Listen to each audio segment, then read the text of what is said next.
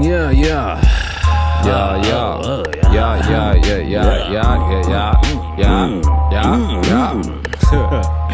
Anyway. That's so fun. I was like, damn, you got custom Rockefeller loafers. I passed one time at Burlington Coat Factory on Machiavelli Air Force Ones. Really? Like that, yeah. I feel like these I can wear. No shame here. I feel like everyone would shit on like someone signing a major deal like that, but it's like if you got that deal, you would take it 100%. Oh, yeah. Like I have the Snoop Dogg outfit from Walmart. They had some shit. I got all the samples before they hit Walmart, and I kept a few pieces and gave the majority to friends and stuff. But it's like, dude, why wouldn't Wu-Tang? You can go get Wu-Tang at Hot Topic, at Forever 21, at the Gap, probably like everywhere, man.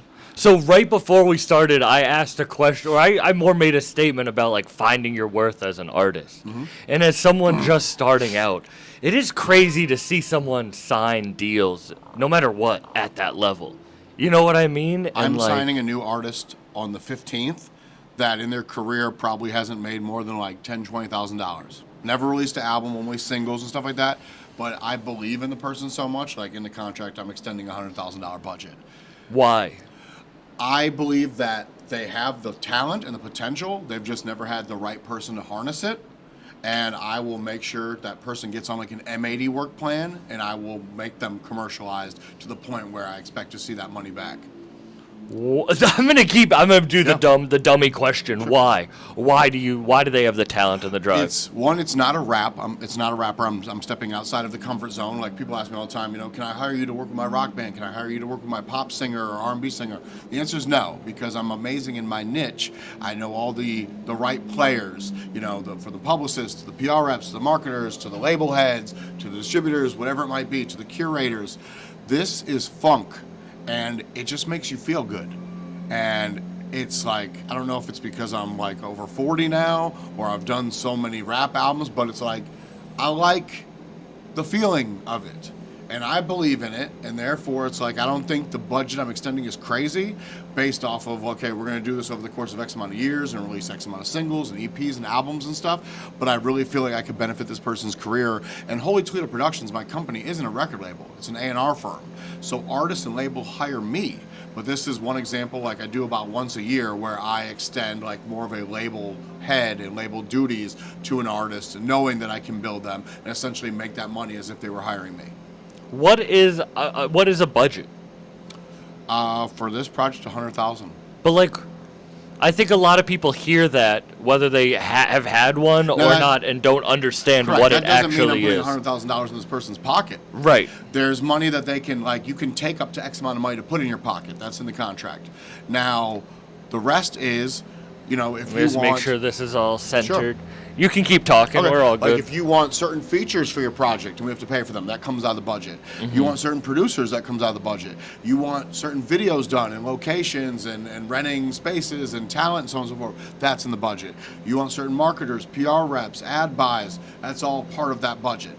And because it's over the course of multiple projects like singles and EP and album, then we can dedicate, we should not spend more than $10,000 on the single. We should not spend more than $20,000 on the EP or $40,000 on the album, to give them a sense of of budgeting as well and being responsible as an artist. Because if you just tell someone, hey, you have $100,000, tell me where you want to go, chances are it's not going to go to the right place. There's a very famous story when Jay-Z was the president of Def Jam, where he had brought an artist in. I don't remember the artist's name. It was in New York. You're the big shit right now. Everyone's talking about you. I want to sign you. I'm going to give you an advance of $70,000 right now. Come back tomorrow, we're going to iron out all the deal points. The deal was supposed to be for 7 figures. The artist comes back to the meeting the next day. Yo, Hov, you like this chain I got? Man, it was 70 G's. Hov said, keep that, man. I'm good. He's like, what do you mean? He's like, maybe your business is best taken elsewhere. And didn't sign the guy. Let him keep the chain because that's just financially irresponsible. Yeah. Like, you hear stories like Kanye West, when I got my deal, knowing how the industry works because he'd had experience selling beats and being a rapper, just trying to do his shit independently. Every dollar they give you is like a bank advancing you the loan, and you're repaying it back plus interest plus a multiplier. So he wanted to pay for his videos. He wanted to pay for anything and everything he could have. That way, it's like you're not going to cheat yourself when it comes to recouping budgets.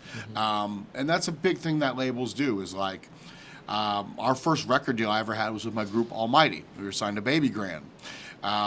When we got our first statement, there was $8,000 billed for MTV commercials. Now, I know they were real because I actually saw oh my God, I'm on MTV, like they're promoting my album.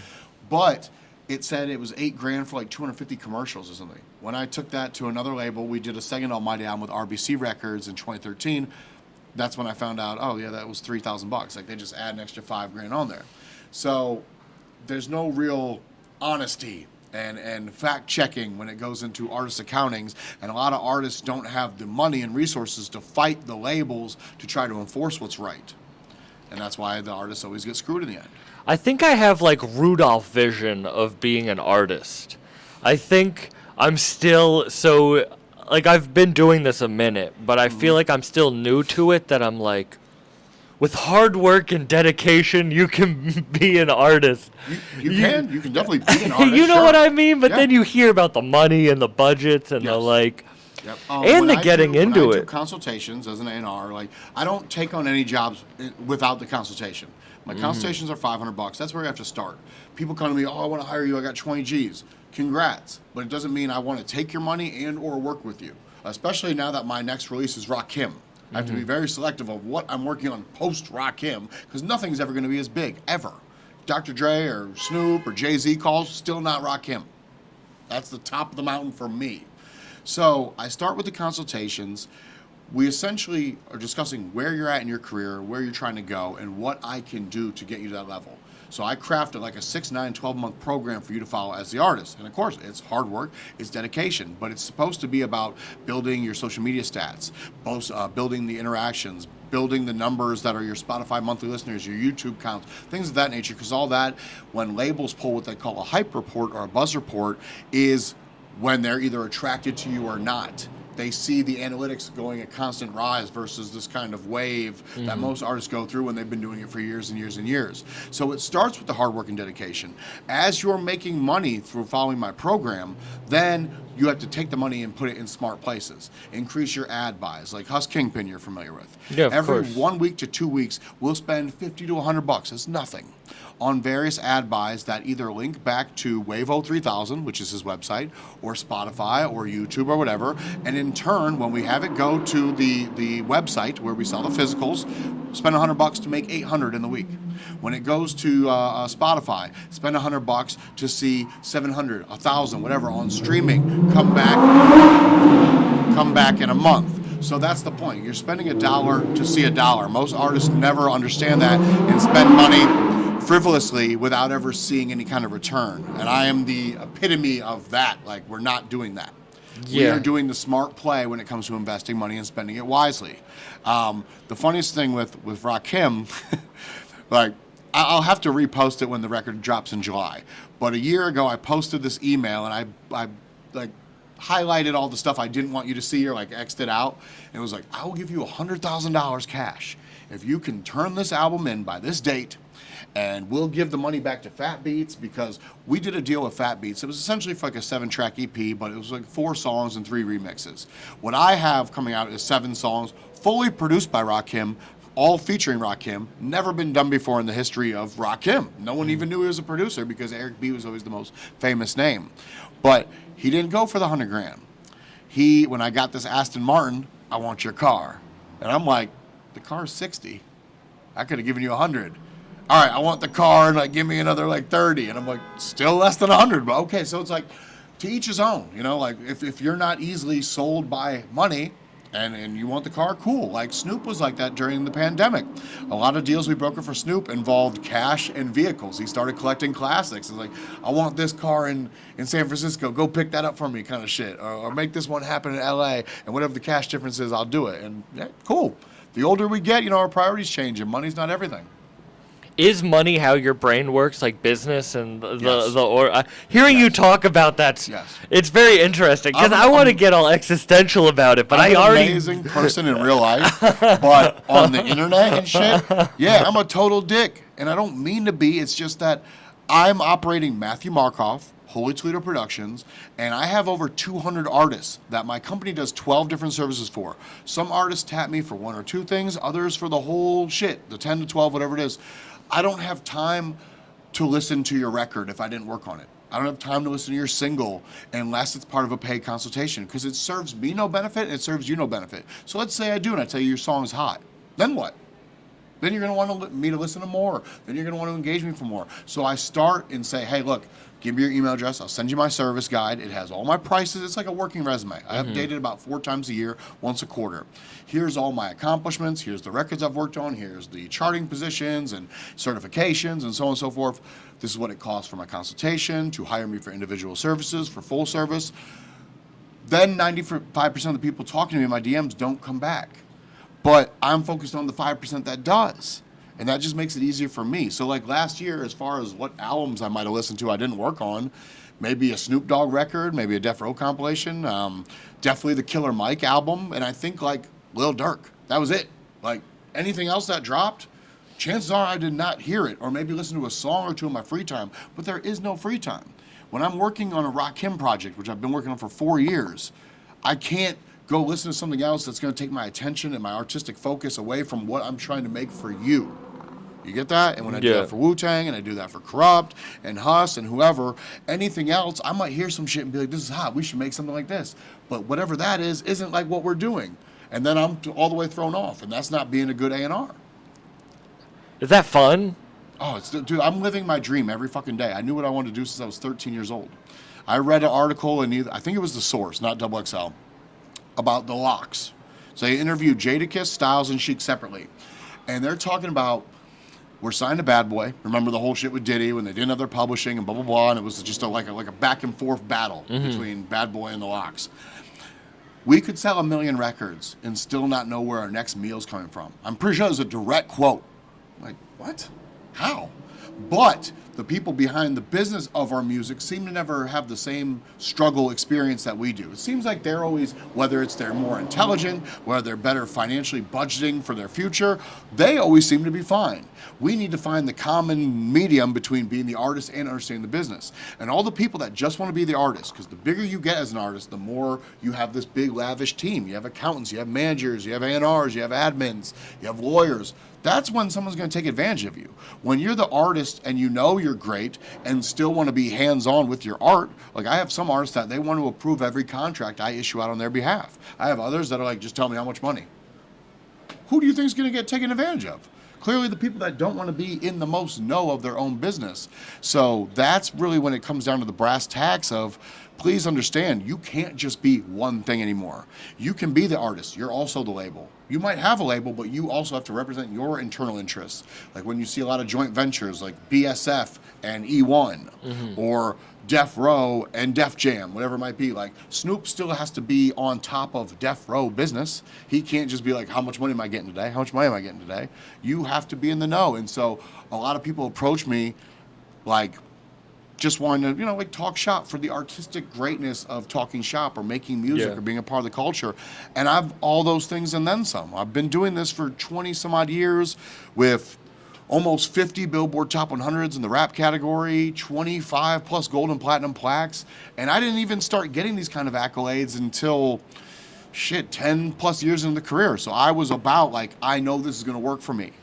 When I got my first record deal with Almighty, I knew I was making something that the world was going to love. It was an offshoot of Wu-Tang. Wu-Tang backed it the whole nine. But no artist wanted to just make the records and wait to see what label deals were out there. So I acted as the label, Holy Toledo Productions, made the album, then had a bidding war with 4 or 5 different labels. So then all the money comes to me and they're like, oh, well, that's not fair. I'm like, I worked for $0 the whole time. You worked for money. You got paid. Now it's my turn to get paid. And the interesting thing with me, a lot of the stories where I got fucked over by artists, by companies, ended up being the greatest turn of events for me. All the success stories, you expect to be successful if you prep yourself for success. I went to law school to master the business of music, not to become an attorney. So how would you think I would let someone fuck me over? I'm very knowledgeable about what goes into the actual business of it. But Wu-Tang meets the indie culture made $1 million. I got paid $2,000. I'm like, the fuck? I did X, Y, Z. But people eventually realized in time, M80 was the real brains behind the shit. Let's work with him.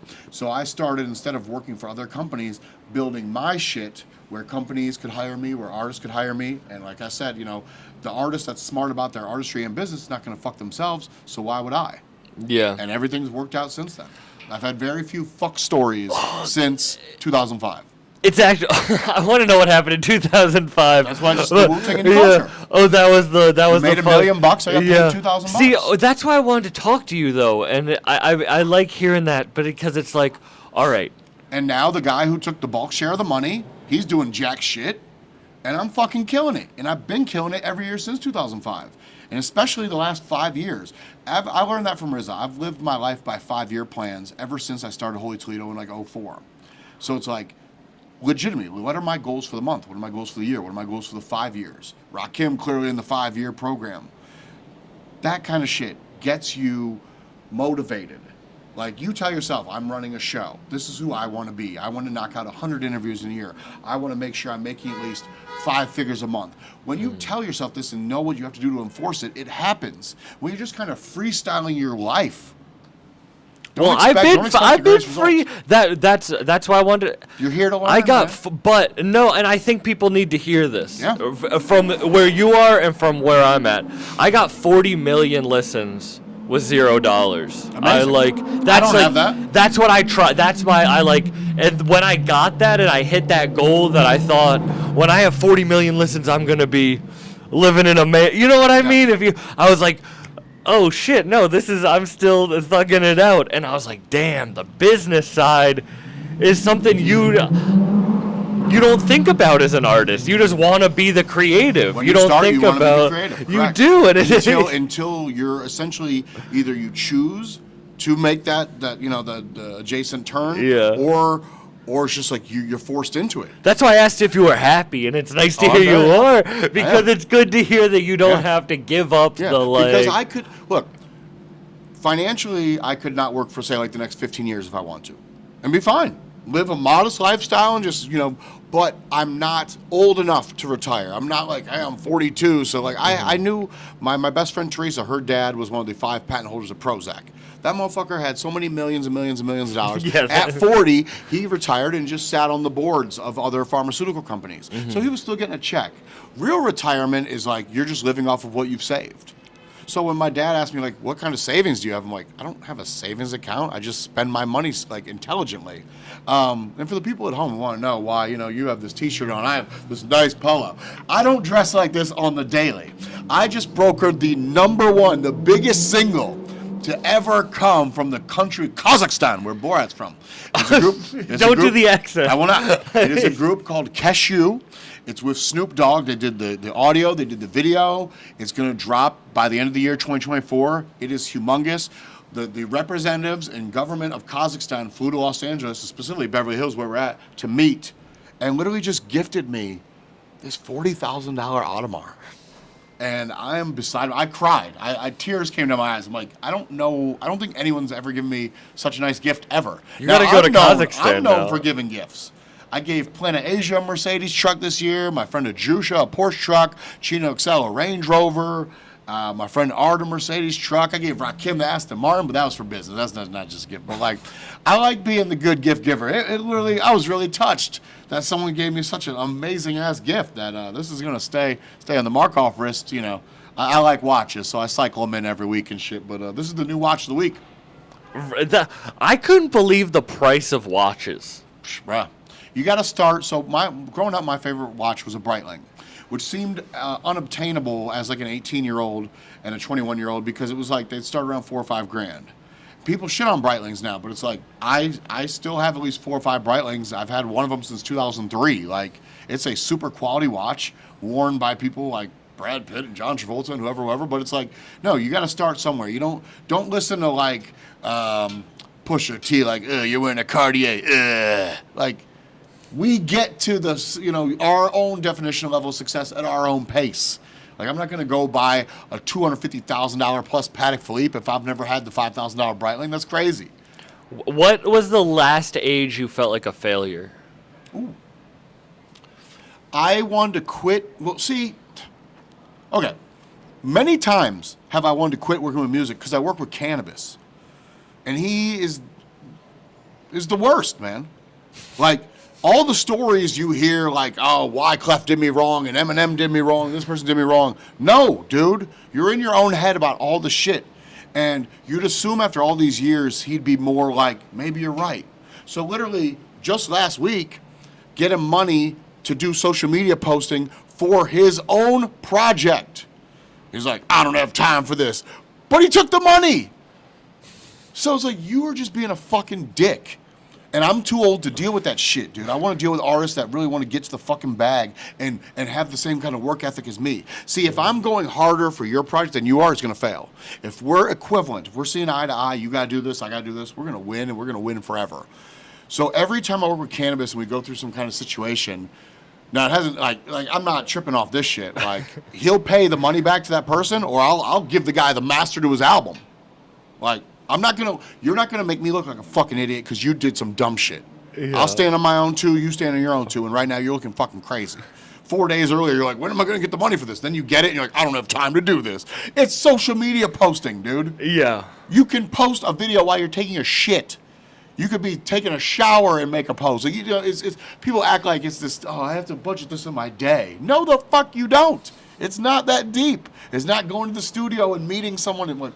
So many times working with Canibus, I've wanted to quit because because I didn't think you were gonna put it on one person. Yeah, no, him. Many times working with Canibus, I've wanted to quit because like, he will tell me how he feels about a situation, and because I love him so much, which is why I can talk this shit. Yeah. And I don't care if you get mad, Biss, when you see this. He's like, I'm going to go on Drink Champs. I don't need to make this social media post. The Drink Champs will do more. I'm like, no, dude. Because by the time the Drink Champ episode airs, the shit will already been out. No one will care anymore. You're not doing us any service. Congratulations. Tell them to stock mad bottles of Malibu for you.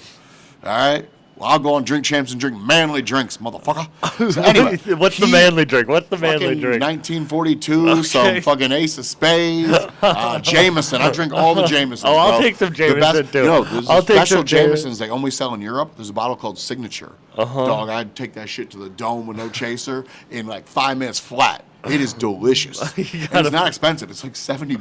But you got to fly to Europe, so it's a little expensive. Yeah. Oh shit! Go and get your money. But I bring as many bottles back as I can. They limit you to 2, so I'm like, all right, hey miss, will you get these for me? Like, just trying to make it happen. That's so. Sneaking the bottles. This vents so much about shit that he feels what he was wronged in. Like, I brokered the shit where him and LL Cool J reconnected at the Barclays Center, squashed the beef.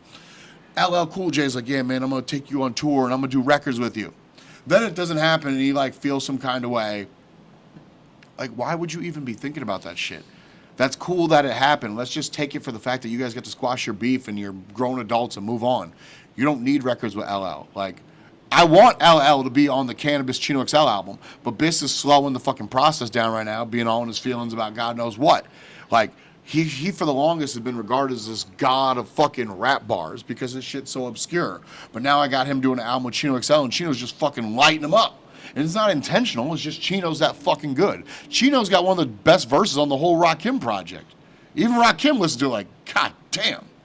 Like, I got Nipsey Hussle on this shit. I got fucking BG. Yeah, BG, bro. That's crazy. That was a highlight for my entire life. That's pretty crazy. Shout out that BG Gucci Mane project. Yeah. That shit was fire. Yeah, which might get him in trouble. Really? He's not supposed to be associating with felons. Oh. And that's why they're not really doing too much activity right now. But how do you feel about that? Wait. How do you feel about that with music? I think that's complete bullshit.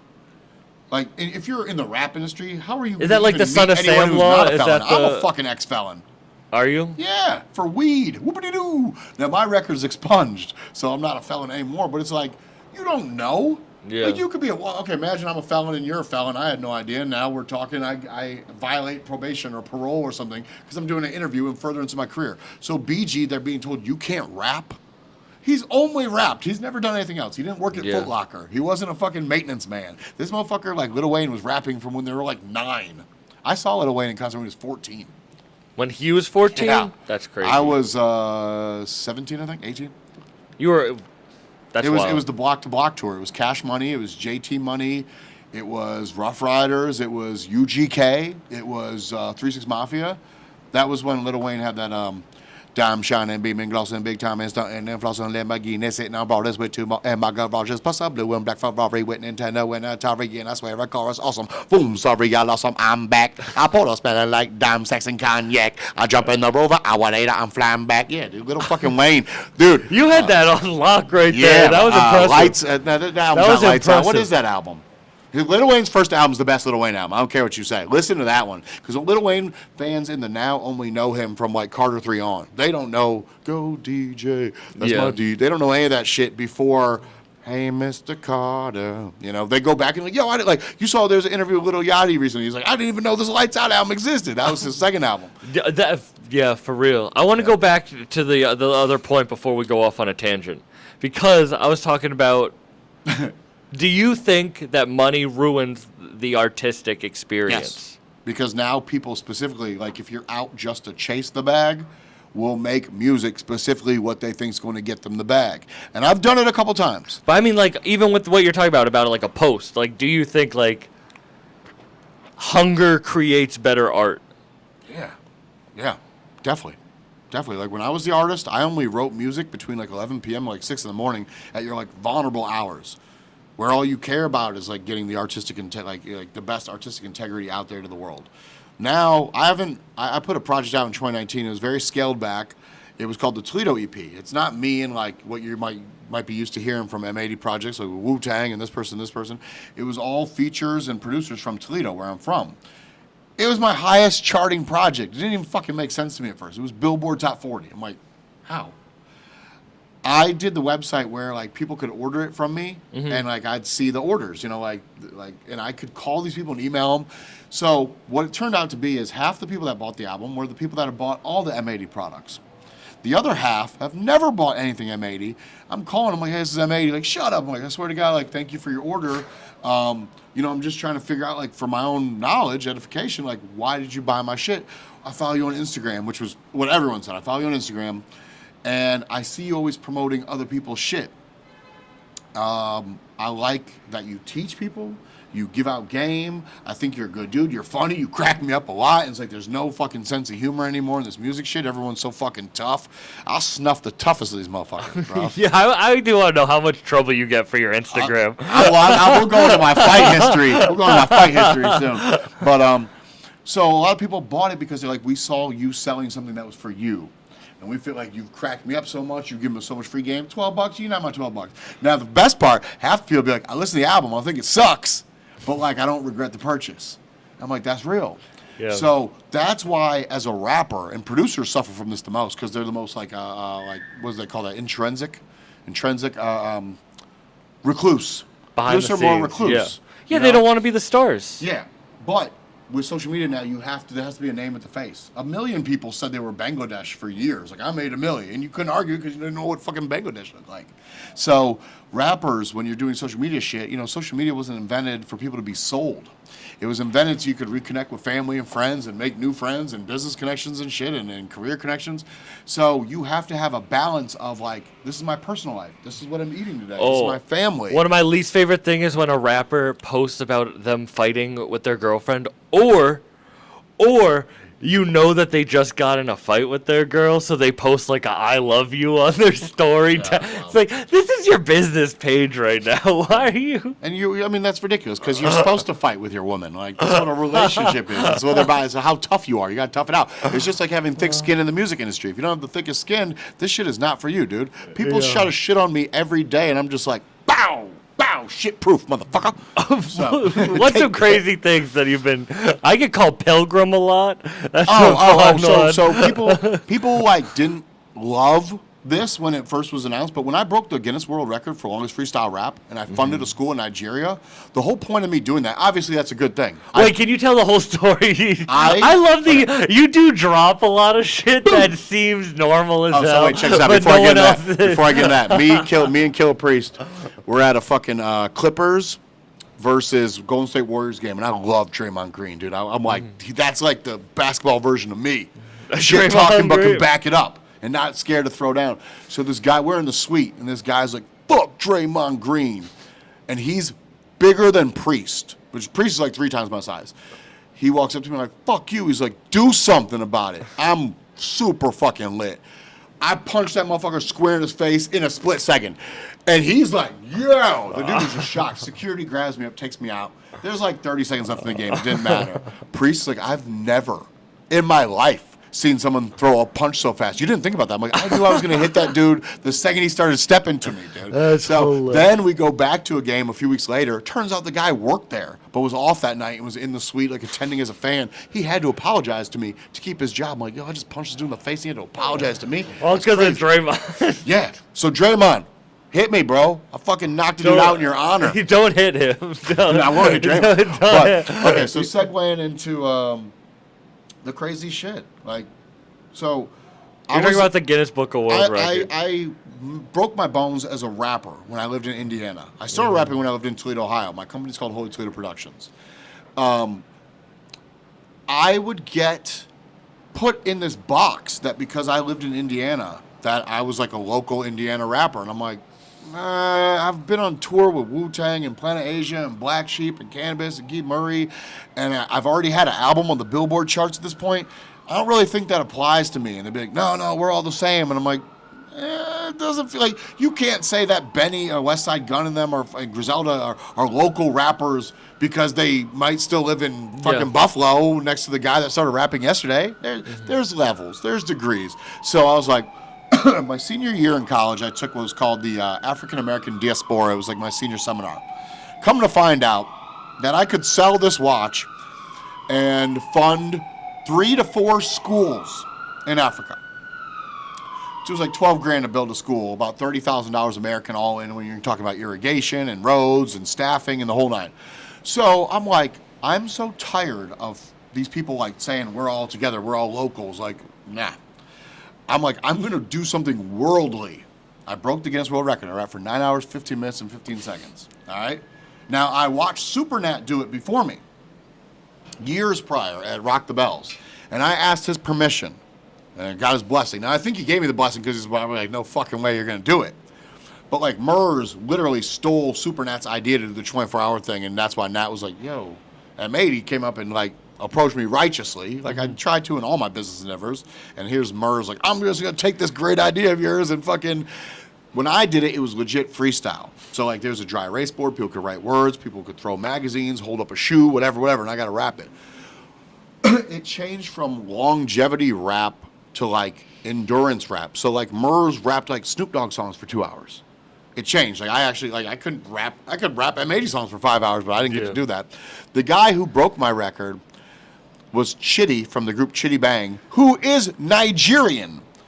Didn't even acknowledge that the guy who did the record before you built this school or funded the school because other people built it in your country, like where you're from. We met in person. I'm like, congratulations on breaking the record and all, but you're a real dick. I was like, what? Like I produced a concert that was Kendrick, Wiz, Mac Miller, Schoolboy Q, and Chitty Bang as the opener. So I'm like, I'm paying you to be here, but I'm wanting to meet you. Like, but you broke my record. So in all the MTV shits and all the press, you know, my name was reliving again. Chitty Bang breaks the record held by M80. I did it knowing that the record was going to get broken. Okay, and it's been broken like 30 times since, at least. Now it's like 50 plus hours. I'm still to date the only person that did it for a charity. Now here's where people like are kind of cringy about. I did it so you could never call me a culture vulture again. I have a real example in history of me building onto hip-hop culture. I funded a school from rapping that 2,000 kids ages like 7 to 18 go to school every day, graduate, have books, have teachers, have irrigation, the whole nine, because I could rap for a long period of time. Don't talk to me about no culture vulture shit, dude. What have you done? Give me an example of you building on the culture. Oh, well, see, oh, no, fuck off. You got nothing. There's only a select few. Like, I go and give back to my communities. I go and, that's awesome shit. And I respect those artists that do that. Griselda's great at that. Wu-Tang, great at that. Not ODB. It was like, nothing. Like, what do you do to give back to the community on that famous Total Recall, whatever? Nothing. But it's like, people are getting more into that because they realize as the older we get, we love making money. That's why we go so hard. But I love making money more now because of what I can use it for to benefit my friends and family. not what I can do to benefit me. I've done benefited myself all these fucking years. Do you care about the culture vulture being called that? No, because I did. I used to. I used to get called Wigger, and I used to be called Culture Vulture and all shit. But now I can shut them down, and that's why I've worked so hard on this Rakim project for 4 years. Because after Rakim drops, no one can say anything to me. You know why? Because I'm doing what Dr. Dre couldn't get done. What are you going to say to me? Oh, this isn't real? This isn't quality? This isn't Rakim's best work? Motherfucker, you're welcome.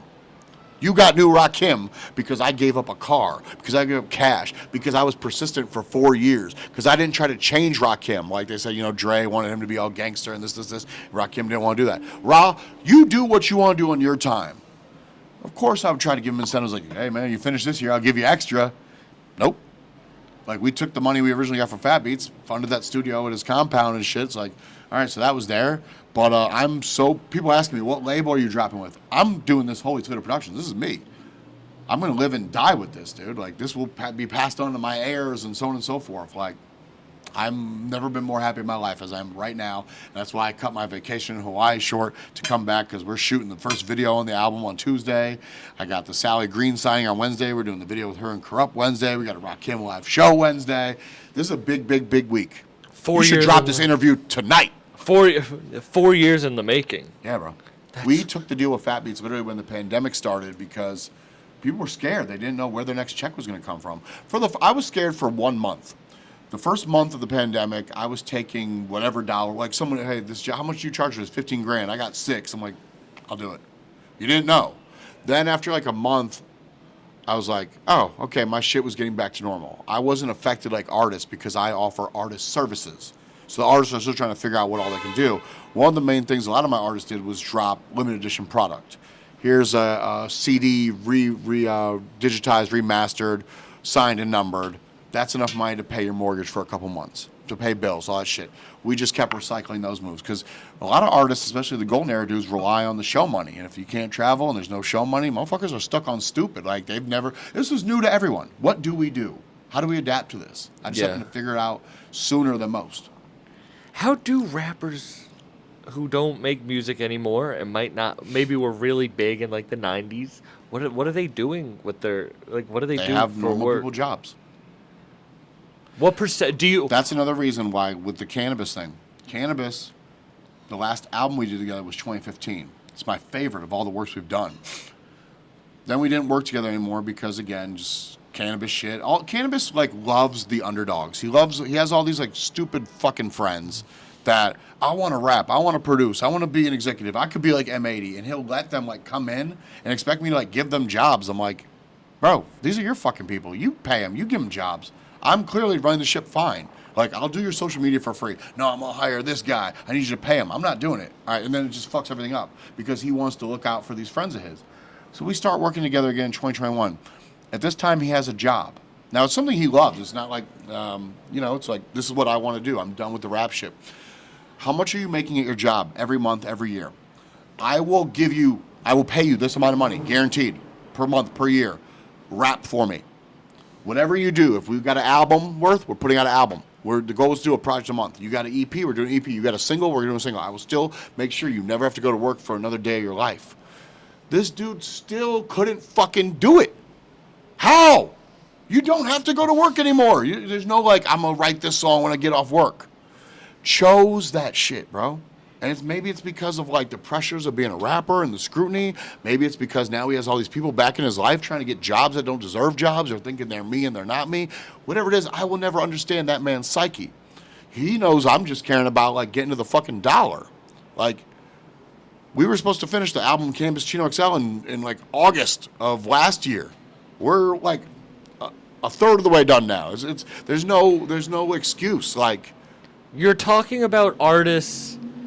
Not like that you don't listen to any projects that aren't people you're working for. Why do you care so much about him? He was there. I'll tell you why. He was there from the beginning. Okay. Him and Kill Priest. Kill Priest was my best friend. Like, I like knew my family. I knew his family. Every dollar I ever made off Priest would literally like, we'd go out, we'd celebrate. Like, I made nothing.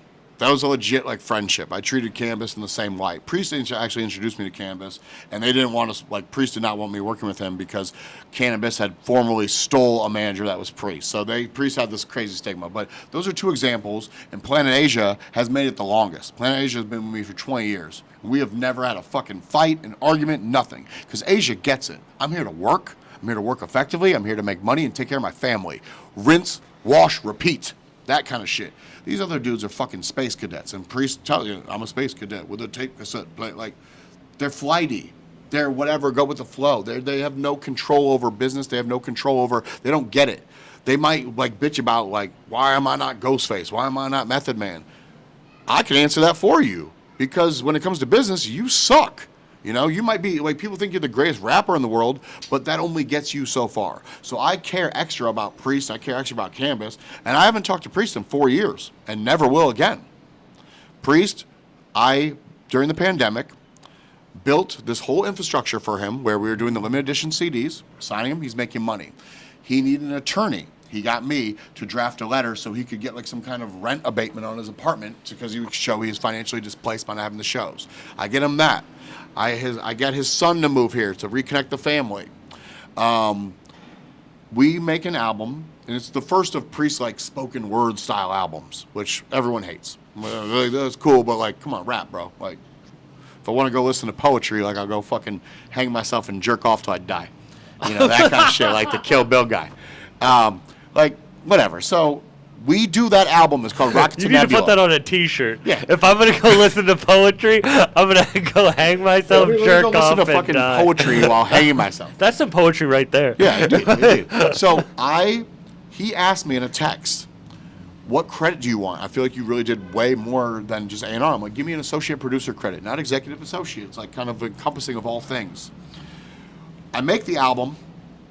I get his merch. I broker the physicals for the shit. We do his album release party in my backyard. I get him with Hus Kingpin. He sets up the whole web infrastructure. I literally approve the artwork with my name in it and this credit. The CDs come out. My name's not in there. Like, the fuck? Oh, man, my graphic designer said there was an error, but when the vinyl comes out, you're good. What do you mean there's a fucking error? If there's a spacing issue, you just put everything up a little bit or down a little bit, whatever. Come to find out, the vinyl hits, and I'm not in the vinyl. And Priest's like, well, I didn't like how you were talking to me in this fucking group text. I'm like, bro, it's a fucking text. That's why people are bitches. Stop reading into text messages like how you want to read it. If you really feel some kind of way, call them up and be like, were you trying to like talk down on me? You won't know how someone's talking by just because you're going to read it how you want to read it, not how they. So in this group text he's referencing, he's like, let's talk about how much we're going to sell each product for. And I said, that's not important right now. We'll get to that last. We need to build it first. Feel the dream shit, bruh. But they don't have the follow through to understand this. You price the shit however you want. That comes in time. If you're focused on, I want to make sure I get $30 a CD, then we're going to fucking be all lackadaisy when it comes to building the infrastructure properly. So that's why he took my name out of the credits. Cost you nothing to give me my credit for an album I worked on. And there's been a few. I was taken out of the credits, I don't have to say who, from an album that I fucking worked on for 3 years because they're like, well, you're white. And I don't want you, like, potentially whitewashing our history. I'm like, I was white 3 years ago, bro. You could have gone to someone non-white if that's quite the issue for you. That's some, like, super fucking slave mentality shit to be like, I know you can help me and I'm going to work with you. And by the way, these are both examples where I didn't ask for money. Credits. Big credits get me to my next check. I don't have to take a big paycheck from a Rakim or a Killer Priest or a Wu-Tang Clan or a Corrupt or a Crooked Eye, whatever, because their fans that are also artists will be like, who made this record? Like they do Wu-Tang Culture and find me and then pay me. Mm-hmm. Many will. So like when Rakim drops, come on, that's going to be 6 figures of checks for me from other artists that want me to shop their deals, to build their records, to broker their features, their production. So that kind of dumb shit, like, if you have such a ego about, you know, you want to keep it pro-black or you want to keep it righteous, and you think I'm stifling for you for that, but you also know that I'm the one that's going to bring the results, then maybe rethink your program. Maybe don't come to me because I'm literally that great at my job, and I'm not going to look at you like I'm not working with you because you're white or you're Mexican or you're Jewish or you're black. Like, I'm working, 1, because I think you're talented, and 2, because you can afford me. Has to be both those in conjunction. I've turned down plenty of checks from people that could just afford me that weren't talented. There's that. And then I punched the guy in the face. I mean, I wasn't gonna cut you off on that tangent, but I did. You did. The original question is why you still care about work. Yeah, why I still care about my canvas. Yeah. Because he was there from the beginning. He was there from the beginning. So imagine I go from where I'm A&R'ing projects for $2,000. That was my fee. To now I'm 20. To, I used to, my commissions on shit used to be $200-300. To now, like, I just, the biggest shit I just brokered for international, I'm walking away plus 30,000 for 2 days worth of work. So I'm not a piece of shit where I'm not like, I'm going to act like you didn't help me. Like, I will never talk to Priest again. I'll never work with Priest again. But it doesn't change the history. Priest introduced me to everyone in Wu-Tang. Priest is the reason I met RZA and Jizza and Dreddy. And even though Dreddy fucked me, I still took the fuckery and figured out how do I work around the fuckery? How do I better myself? And that's what, and like me getting fucked over with Think Differently Music invented Holy Toledo Productions. Now all the business go through me and I pay out. And it got rid of a lot of fake friends. It got rid of a lot of fake artists. And now I'm just living a simpler life where all I care about is the art and the results. Who do you think are the top 5 best businesses, rapper-wise? Who has their business intact? Yeah, who is the best, yeah. Number 1 is Snoop Dogg, without a doubt. Snoop raped the whole fucking NFT world. Like, rape's a bad word. He capitalized. He doesn't rape that shit. And pillage, you can say. Snoop made like 8-9 figures in the NFT market and was able, his business acumen so strong, was able to go from Def Jam to get Death Row back to like boosting his son in the NFT world and shit like that. Snoop's always number 1.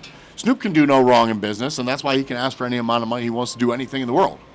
How much does he get for a feature?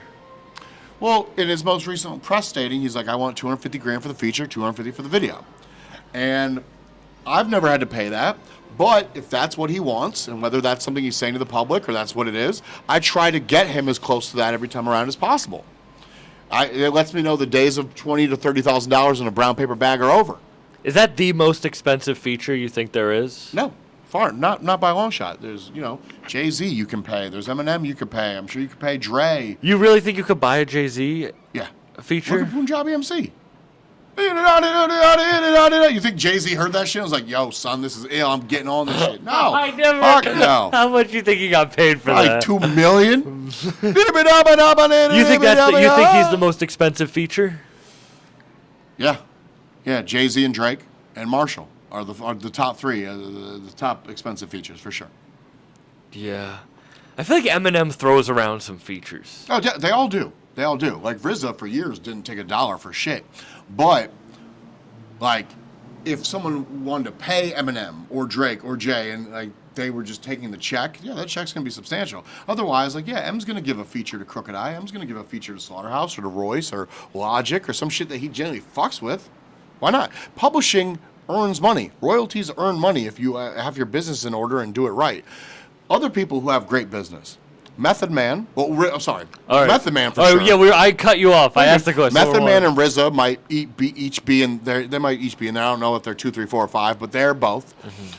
Why? Because RZA was smart enough to maintain the ownership of Wu-Tang, the brand. Wu-Tang Clan, all that shit. Method Man, because he is arguably the most popular name of Wu-Tang Clan and has segued into film, television, the whole 9. And really, like, he's like kind of turned his music career over to, like, friends and family. Like, the last 3 Method Man albums were put out by Hands On, the guy who punched Joe Budden in the face. That's really to help Hands get on. Like, I don't know what Meth makes on that or doesn't, but it's like he's getting power money and film money. And I've seen I think every film Meth's been in. I went to the Red Tails movie the first day it came out in the theater. Just to support? Yeah, fuck yeah. Meth was there. We were all in Vegas. We just finished a show the night before House of Blues House of Blues, Mandalay Bay. We went and saw Red Tails. Other good businesses.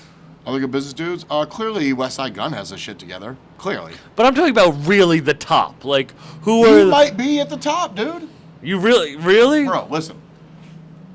If I needed to make $15,000 this week, there's things I could do. Like, I'm going to drop an M80 EP. If West Side Gun says to himself, I want to make $1 million this month, he could. That's what you need to understand. Like, that's what being, like, Like Snoop Dogg, if I want to make $5 million today, he could literally make a post on Instagram. Anyone that's ever won a feature from me for 50 grand or more, holler. Bro, he could make $5 million in a day. West, now I learned that from the Jacka. Remember the Jacka? Rest in peace. Yeah, rest in peace. Jacka would do features like every Sunday. I lived in the Bay, and the motherfuckers would be lined up around the block. $1,500, $1,500, $1,500. He just knocked them shits out. Next. West Side, if you want to make say $1 million in a month, I'm going to drop a new album with variant vinyls and cassettes and CDs, and I'm going to drop this T-shirt line with it or this merch line, and I'm going to do 5 shows in support of the drop. That's $1 million. But if you told an artist that they were going to have the career that Westside Gunn would, they wouldn't be happy about it. People are it. scared to work, bro. Yeah. People are scared to work. Huss Kingpin doesn't want to do rap shit. You're a fucking rapper. You have to do rap shit. Nah, fuck that shit. You have to avail yourself to the industry shit, to the rap shit, to the celebrity shit, to the fucking kissing baby shit. Like, you have to do it all to really, if you're trying to be that guy, if you're trying to be like the top of the top. I took a very, God, I hate saying this now. I've said this my whole career, and now it doesn't even mean the same thing. I've taken a very P. Diddy approach. Pause, no homo, no Diddy. Hey, Dipset. To my job, because being an A&R is a very behind-the-scenes position. The point is, he was in the videos.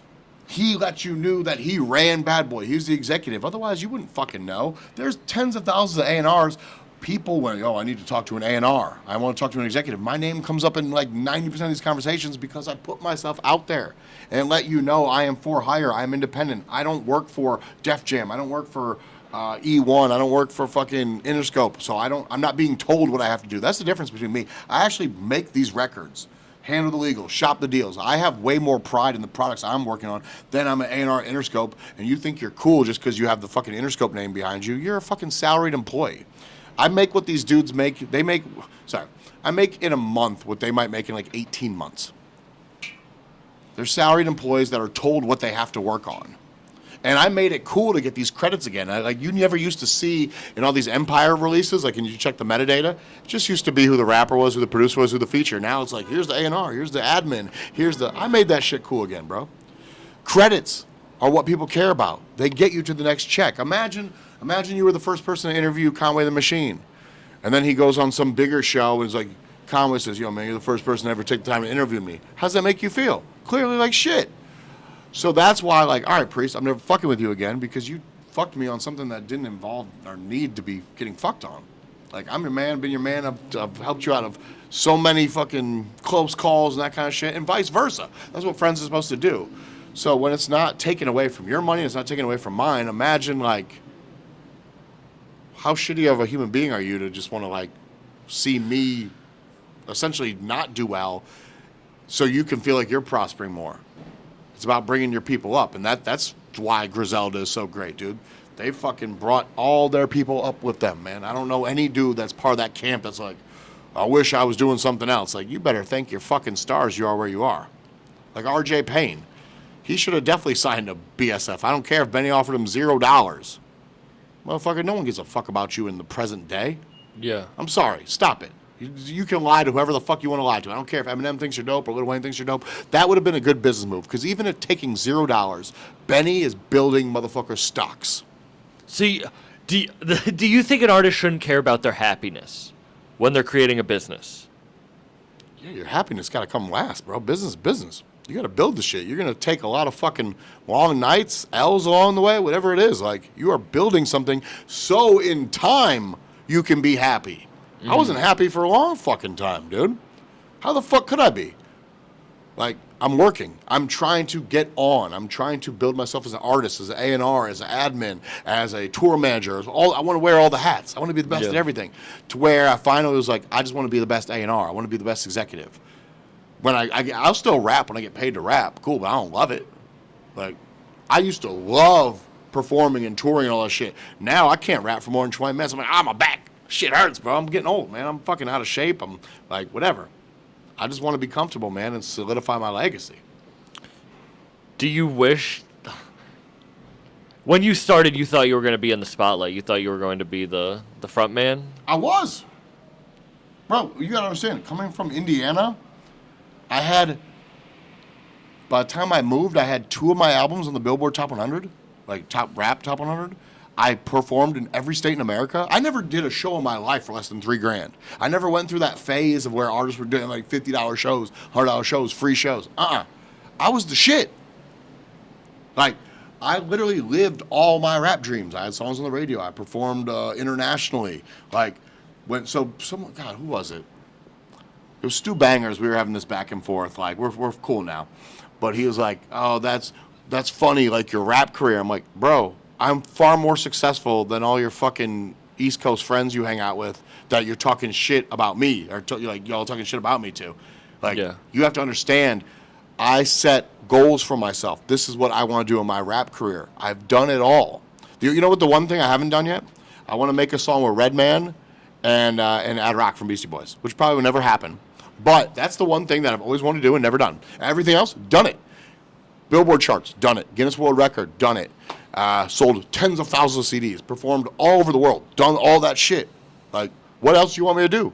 I'm not passionate about being a rapper anymore. I'm pretty sure some of his favorite artists just rap just to rap for the check because there's nothing else for them to do. I made my lane, I broke my bones, I'm living my dream job day in and day out, and I've taken it every step of the way through the industry, and that's why I'm so cultured, as you would say, in the culture. When did you realize you had to take the step back and move from spotlight to behind the scenes? There's a few ways to answer that. Like, various people will pull me aside along the way, like RZA, like, I see you posting on like the Wu-Tang fan forum, like, those are like our fucking like internet fans, bro. You don't have to like inform them of what we're doing or like what you're doing and listen to them talk shit to you. Like, they're never gonna be in the know. The majority of people that hate on you are people that want to be you. Can you imagine how many white people that love Wu-Tang fucking despise me? I literally lived their dreams. I was, with the exception of Remedy, I was like the white Wu-Tang guy.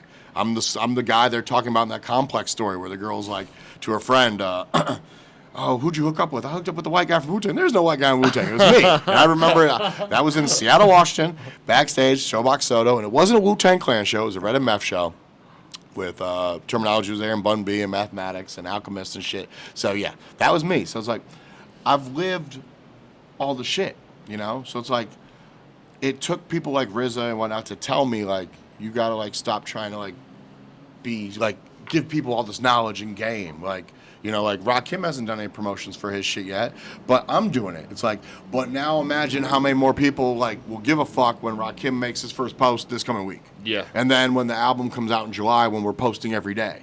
Like, so sometimes it's not just good enough for people to hear from your mouth. They want to, like.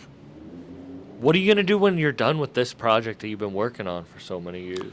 There's project like everything that I've already been retained to work on. I will like New Husk Kingpin Records, New Planet Asia Records. But I mean, this seems like it's such like a big thing. There's never going to be anything big in this. I just have to live the rest of my days and work until I don't want to work anymore. No, only if Rakim is like, we should instead of the 7-song EP do a full-length album now. That would be bigger. But I literally got to make this album and my design with Rakim's approval. Like, I got the Nipsey verse. I got. How did you get the Nipsey verse? The Nipsey verse was something we acquired in 2011 that had been used one time. We have the legal sign-off for it. One time and only with a few hundred views.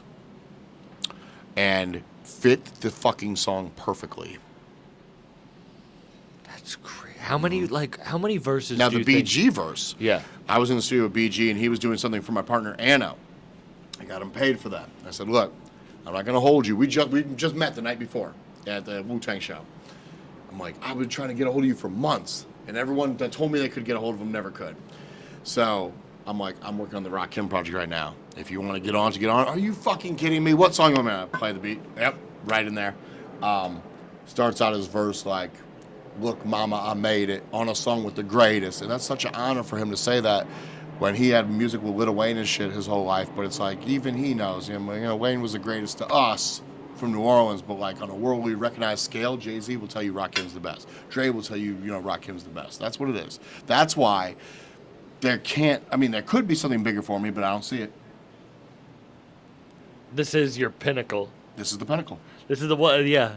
I've had a lot of albums each year that I will call like, this album is my magnum opus of the year. This is the magnum opus of my life.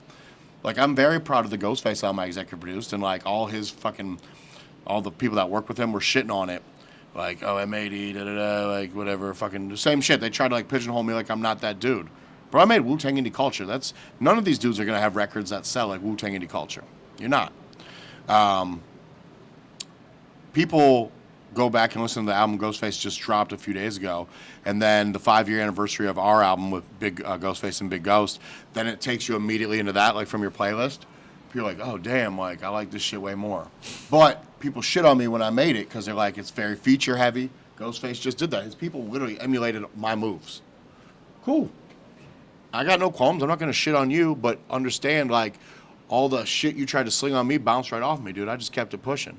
I literally put $180,000 of my own money into making that shit, and I had to make every fucking dime. Like, I had to make every dime back. So that's why, like, people that are successful in the drug game also are like usually able to figure out how to win in other avenues. Because, like, why would I put $100,000? Like, I produced a Kendrick Lamar concert one time in Indy at an 8,000 cap venue, and when it was all said and done, my 6-figure investment made $1,000 profit, maybe $2,000, not more than $2,000.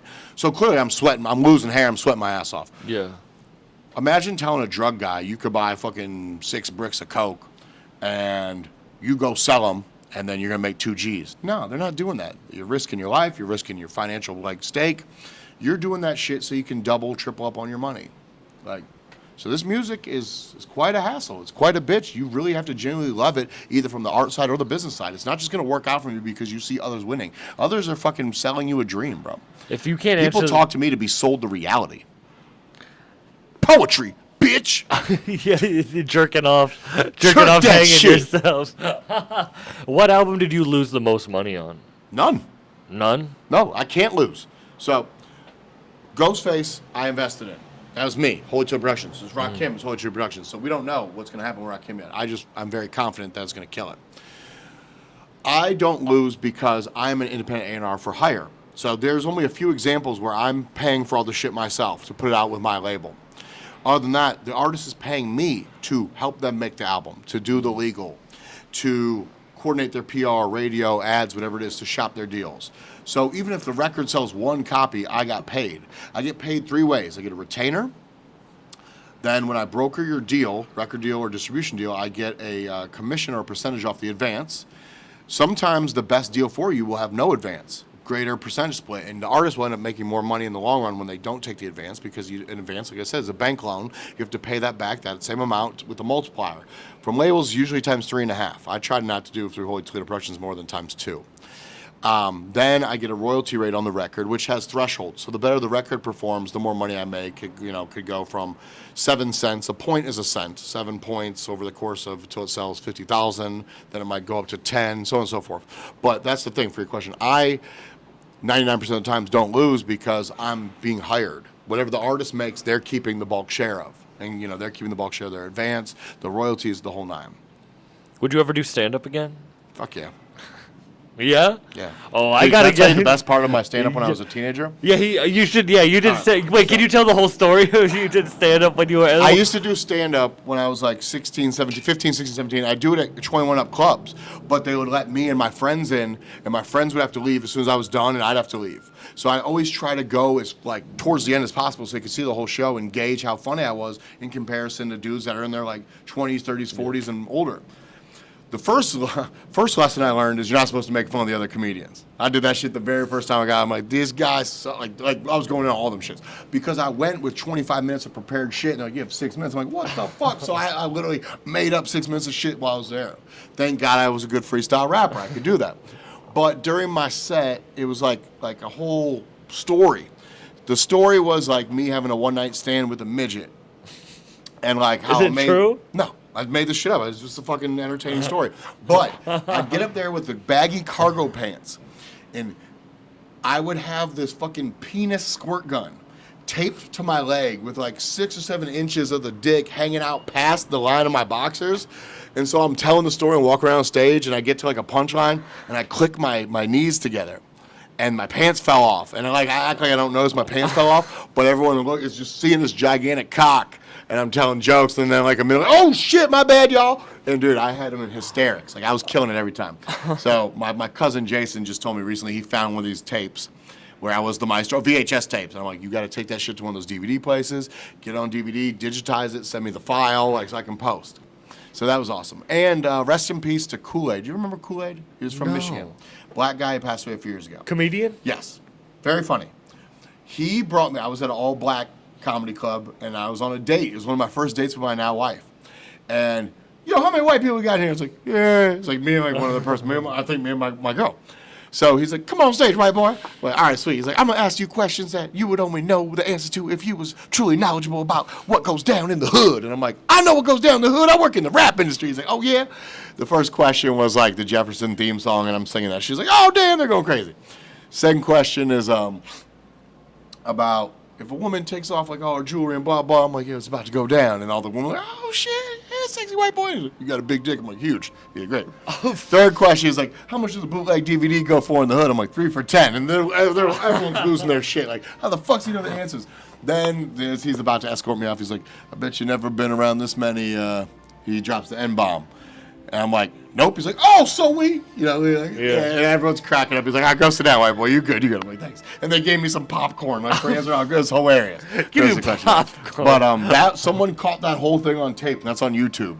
So look that shit up. But of you doing stand up? No, of that interaction. Of you up on stage. Yeah, when I get the digitized shit from my cousin, I will definitely post that shit. Because you can, that's the beauty. You remember Instagram used to cut you off after like a minute on these videos? Now you can post, like, I can post my whole hour-long A&R seminar every Tuesday. First time I did stand-up, I used a fake ID to get into the Comedy Store. First time I was in LA, I was like 18 years old. So that's crazy you did that when you were 15 or 16. What was more scary, stand-up or rapping? Stand-up. Because I was always good at public speaking. The rap shit was fucking like whatever to me. The stand-up shit, because it's like the first time I'm like, oh man, I'm like staring at like all these old unfamiliar faces. So I try to focus on like my section of like, I know this dude from fucking, we're in the same sophomore math class together, like that shit. But you know, you get comfortable when you're like, hey, fat old bitch. Like, hey. Sometimes you gotta sacrifice an audience member. Bro, I was sacrificing audience members, comedians. No, after my set, I went to take a piss in the urinal, and this guy was like, yeah, you probably shouldn't make fun of the other comedians. And I turned around, there's like 2 behind me. I'm like, they're cracking their knuckles. Bro, like, fuck off, comedy man. You ever had a gun pulled on you? No. I had a gun pulled on me after a show once. I've pulled guns on people. I won't ask you. I won't ask I you. have beat the shit out of people with brass knuckles. I'm not going to ask you legally. I feel like I can't ask you about that. I'm good. What do you want to talk about more? The brass knuckles? I'm going to take one more question and then I got to leave. No, all good. I was going to wrap it up anyway. I appreciate you doing this. Thank you very much. I look forward to seeing your rise to amazingness. Thank you very much. No, I appreciate all your support. Home, we had met like a couple years prior at Conway's birthday bash and album release party at the Soho House in New York. Yes, we did. Now, I knew you were somebody without ever meeting you because I saw everyone come up to you to sing your praises. That's when I knew. I'm like, who? Like, that's how white people do in situations when we're around big groups of black people. When another white person walks in, you're like, who's the other white person? Like, there may only be one. When I worked with Corrupt, when I started working with Corrupt, and Roscoe, his brother, would come and bring his crew, and there was like one white guy in his crew, which come to find out the guy wasn't even white. But I thought he was, for all these years. I'm like, who's the other white guy? Dun, dun, dun. Like a standoff. But people were coming up to you and giving you mad love and respect and shit. And I think that was, you know, this is the Shady album release. So this is like 2 years ago? Yeah. Mm-hmm. Yeah, like, so, I mean, clearly we're doing good then. You're doing great now. And that's the best part of, like, I don't get the respect. And I tell people my pun on that is, like, I sold the respect for a double dose of the money and the power. Like, having the respect for you and your multifaceted of what you're trying to do and build, especially at your age, is what you need, you know? It's really cool hearing you talk, and thank you for letting me play the dummy to listen to what you have to say, because... I can't wait till this airs. I'm going to read the whole comment section. Do you get embarrassment watching yourself? No, it's great. I don't think I've ever watched a single one of my podcasts, ever. Yeah. Ever. I can't watch any of my stuff. And just before we end, remember, for all the comments... talking shit when this posts, I got a free $40,000 watch today. Fuck your comment. Yeah.